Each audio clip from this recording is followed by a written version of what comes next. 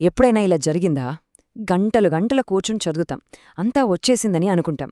తీరా ఎగ్జామ్ హాల్కి వెళ్ళాక మైండ్ మొత్తం బ్లాంక్. అసలు ఏం చదివామో కూడా గుర్తుకురాదు. ఇది దాదాపు మనందరికీ ఎదురయ్యే సమస్యే. ఇప్పుడు మన ముందున్న ఈ స్టడీ ప్లాన్ చూడ్డానికి అబ్బో ఏవేవో కోడ్స్తో చాలా కాంప్లికేటెడ్గా అనిపించొచ్చు. కానీ నమ్మండి, దీని వెనక ఒక అద్భుతమైన, చాలా పవర్ఫుల్ పద్ధతి దాగి ఉంది. దాన్ని మనమెప్పుడు విడమర్చి చూద్దాం. సరే, మరి ఈ చిక్కుముడిని ఎలా విప్పాలి? దానికే మనం ఈరోజు ఏం చూడబోతున్నామో చెప్తాను. ముందుగా అభ్యాసకుడి సందిగ్ధత ఏంటో అర్థం చేసుకుందాం. ఆ తర్వాత ఆ రివిజన్ కోడ్ వెనుకున్న రహస్యాన్ని ఛేదిద్దాం. ఒక రోజుని ఎలా ప్లాన్ చేసుకోవాలి, ఈ స్ట్రాటజీని ఎలా అమలు చెయ్యాలి, చివరికి మన సొంత లెర్నింగ్ ప్లాన్ని ఎలా తయారు చేసుకోవాలో తెలుసుకుందాం. పదండి, ఈ క్లిష్టమైన డాక్యుమెంట్ని చాలా సింపుల్ సూత్రాలుగా విడగొట్టేద్దాం. రైట్, ముందుగా మన అడగాల్సిన అసలు ప్రశ్నేంటంటే, ఈ స్టడీ ప్లాన్ అసలు ఎందుకు?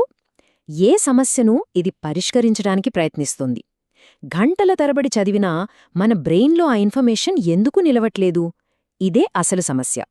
ఈ ప్రశ్న మనలో చాలామందికి బాగా పరిచయమే కదా. రోజంతా ఒక టాపిక్ మీద కూర్చుంటాం, అంతా అర్థమైంది అనుకుంటాం, కానీ ఒక వారం గడిచేసరికి అందులో సగం కూడా గుర్తుండదు. చాలా ఫ్రస్ట్రేటింగ్గా ఉంటుంది.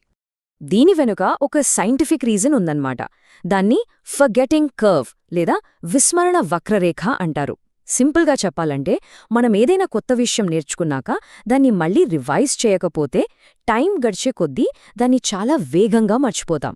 ముఖ్యంగా మొదటి 24 గంటల్లోనే ఎక్కువ భాగం మర్చిపోతామట. మరే ఈ ఫర్గాటింగ్ కర్వ్ను మనం ఎలా ఓడించాలి?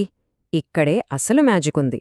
ఈ స్టడీ ప్లాన్కు గుండెకాయ లాంటిది అదే ఈ R1, R3, R7 అనే కోడ్స్. ఇవే ఆ రహస్య సూత్రం. ఈ మొత్తం స్టడీ ప్లాన్ వెనుకున్న సీక్రెట్ ఇదే: స్పేస్డ్ రిపిటేషన్. సైంటిఫిక్గా ప్రూవ్ అయిన టెక్నిక్. పేరు కొంచెం కాంప్లికేటెడ్గా ఉన్నా ఐడియా చాలా సింపుల్. మనమొక విషయాన్ని మర్చిపోయే టైం వస్తోంది అనగా దాన్ని మళ్లీ గుర్తు చేసుకోవడం. ఇలా కరెక్ట్ టైంలో రివైజ్ చేయడం వల్ల ఆ ఇన్ఫర్మేషన్ మన బ్రెయిన్లో పర్మనెంట్గా స్టోర్ అవుతుందన్నమాట. ఇప్పుడు ఆ సీక్రెట్ కోడ్స్ ఏంటో చూద్దాం. చాలా సింపుల్. R1 అంటే ఒక రోజు తర్వాత రివిజన్, R3 3 రోజుల తర్వాత, R7 7 రోజుల తర్వాత. అంతే. చూడ్డానికి చాలా సింపుల్గా ఉంది కదూ, కానీ దీని ఎఫెక్ట్ మాత్రం నెక్స్ట్ లెవెల్ ఉంటుంది. ఇది ఎలా పనిచేస్తుందో అర్థం కావాలంటే ఈ ఉదాహరణ చూడండి. డే 9. ఆ రోజున ఢిల్లీ సుల్తానులు అనే కొత్త టాపిక్ చదువుతారు. అంతా బాగానే ఉంది, కానీ అదే రోజు ఇంకేం చేస్తున్నారో చూడండి. నిన్న చదివిన చోళ పరిపాలనను R1 కింద, 3 రోజుల క్రితం చదివిన గాంధీ యుగంను R3 కింద, 7 రోజుల క్రితం చదివిన పరిపాలనా మార్పులను R7 కింద రివైజ్ చేస్తున్నారు. చూసారా ఎంత స్మార్ట్గా ప్లాన్ చేశారో? ఒకే రోజు కొత్త టాపిక్తో పాటు 3 పాత టాపిక్స్ని రివైజ్ చేస్తున్నారు. సరే, మరి ప్రతిరోజూ టైంని ఎలా మేనేజ్ చేయాలి? కొత్తవి చదవడానికి, పాతవి రివైజ్ చేయడానికి మధ్య బ్యాలెన్స్ ఎలా కుదురుతుంది? దాని వెనుక ఉన్న లాజిక్ ఏంటి? ఈ చార్ట్ చూడండి, ఇది చాలా ముఖ్యం. రోజులో 70% టైం అంటే 3.5 గంటలు కొత్త టాపిక్స్ నేర్చుకోవడానికే. కాని మిగిలిన 30% అంటే గంటన్నర సమయం కేవలం రివిజన్ కోసం మాత్రమే. ఇది చాలా కీలకం. చాలామంది చేసే తప్పేంటంటే, సిలబస్ పూర్తి చెయ్యాలనే తొందరలో ముందుకు వెళ్ళిపోతూ ఉంటారు. కానీ ఈ ప్లాన్ చెప్తోందేంటంటే, పునాది బలంగా లేకుండా పైన ఎన్ని అంతస్తులు కట్టినా వేస్ట్ అని. ఈ సిస్టమ్ పవర్ని ఇంకా బాగా అర్థం చేసుకోవాలంటే ఒకే ఒక టాపిక్ జర్నీని మనం ట్రాక్ చేద్దాం. అది ప్లాన్లో ఎలా ప్రయాణిస్తుందో, ఎలా బలంగా మారుతుందో గమనిద్దాం. ఫర్ ఎగ్జాంపుల్, 1857 తిరుగుబాటు అనే టాపిక్ తీసుకుందాం. మొదటి రోజు దాన్ని కొత్తగా నేర్చుకుంటారు, ఓకే? రెండో రోజు R1 రివిజన్ అంటే ఫస్ట్ టైం రివైజ్ చేస్తారు. మళ్ళీ 4గో రోజు R3 రివిజన్, రెండోసారి రివైజ్ చేస్తారు. ఫైనల్గా 8దో రోజు R7 మూడోసారి రివిజన్. చూడండి, ఇలా ఒకే టాపిక్ని సరైన టైం గ్యాప్లో 4 సార్లు చదవడం వల్ల అది మన లాంగ్ టర్మ్ మెమరీలో బలంగా ప్రింట్ అయిపోతుంది. ఈ కోట్ ఎంత బాగుందో చూడండి. మనం చేసే ప్రతి రివిజన్ మనం కడుతున్న జ్ఞానమనే పెద్ద బిల్డింగ్కి మరో స్టీల్ రాడ్ యాడ్ చేసినట్లన్నమాట. ఎంత స్ట్రాంగ్గా తయారవుతుందో ఊహించుకోండి.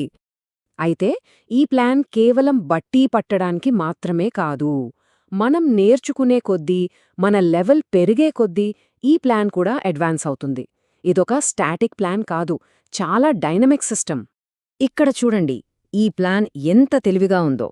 కేవలం R1, R3, R7 మాత్రమే కాదు, 40వ రోజుకొచ్చేసరికి స్ట్రాటజీ మారుతుంది. ఇప్పటివరకు మిస్ అయినవి లేదా మనకు వీక్గా అనిపించిన టాపిక్స్ని కవర్ చేయడానికి ఒక రోజు, ఆ తరువాత రోజు మొత్తం సబ్జెక్ట్ మీద ప్రాక్టీస్ టెస్ట్లు, ఆ మరుసటి రోజు మనం చేసిన తప్పుల్ని అనలైజ్ చేయడానికి. సో ఇది కేవలం చదవడం కాదు, మనని మనం టెస్ట్ చేసుకుని ఇంప్రూవ్ చేసుకునే ఒక కంప్లీట్ ప్రాసెస్. సరే, ఇదంతా చూశాక మనం గుర్తుపెట్టుకోవాల్సిన అసలు విషయం ఒకటుంది. ఈ షెడ్యూల్లో ఉన్న టాపిక్స్ కంటే దాని వెనకున్న ఐడియా, ఆ సిస్టమ్ చాలా చాలా ముఖ్యం. అవును, ఈ డాక్యుమెంట్ను మనం 2 రకాలుగా చూడొచ్చు.